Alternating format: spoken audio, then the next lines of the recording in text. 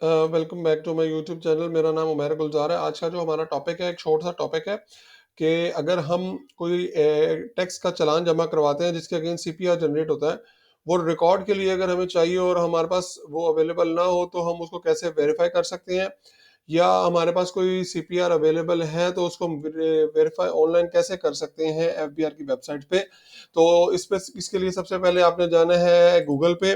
Google पे आपने लगना है EFBR पेमेंट, ये आपके पास टैक्स फैसिलिटेशन सेंटर ओपन हो जाएगा। उसके बाद आपने यहाँ पे आना है वेरिफिकेशन, ऑनलाइन वेरिफिकेशन डॉक्यूमेंट पे। यहाँ पे आपने जब ऑनलाइन डॉक्यूमेंट पे इस पे क्लिक कर लेंगे तो आपके पास ये ऑप्शन आ जाएगा। मिसाल के तौर पे ये एक टैक्स चालान है जिसके अगेंस्ट सीपीआर जनरेट हुआ, जैसे हम एटीएल का चालान जमा कराते हैं। मैं इसको कॉपी कर लेता हूँ और अगर हम यहाँ पे आके इस चालान को यहाँ पे पेस्ट कर देते हैं और सर्च करते हैं सीपीआर नंबर, तो ये देखिएगा ये पॉपअप ओपन हो रहा है। इसको मैं क्लिक कर लेता हूँ तो ये if you want to download it, it will download it automatically.